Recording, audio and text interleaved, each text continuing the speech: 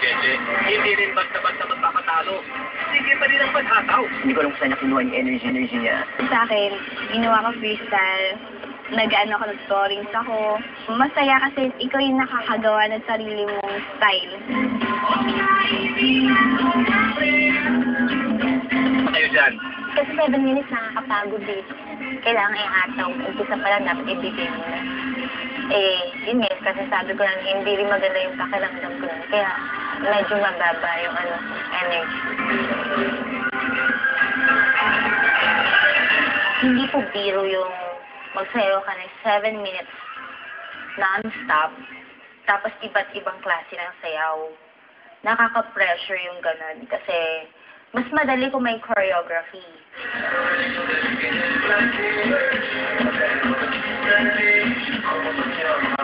Inisip ko kasi ate yung sabi na mag-save ka ng energy para hanggang uli. So hindi ko hinataw talaga. Hanggang doon sa uli parang may energy pa ako. Matapos magpatagalan ng mga resistensya ng ating second batch of dancers. Ang ganda ng simula ko.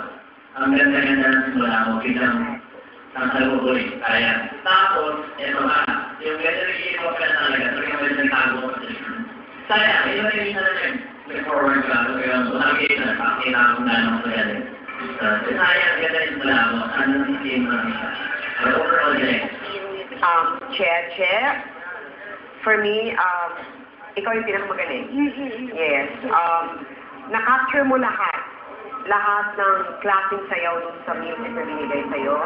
From the slow one, to the reggae, to the hip-hop and all, and breakdance sa lahat. Kaya yung energy mo up to the end nandoon.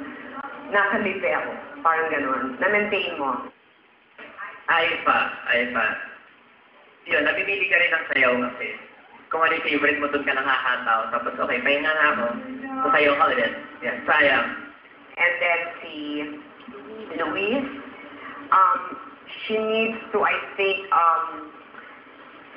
dance, learn more of the steps and all. Kasi parang limited din siya sa movements na kung ano lang yung gusto niya at ano lang yung alam niya. But since you're all very young, you have a long way to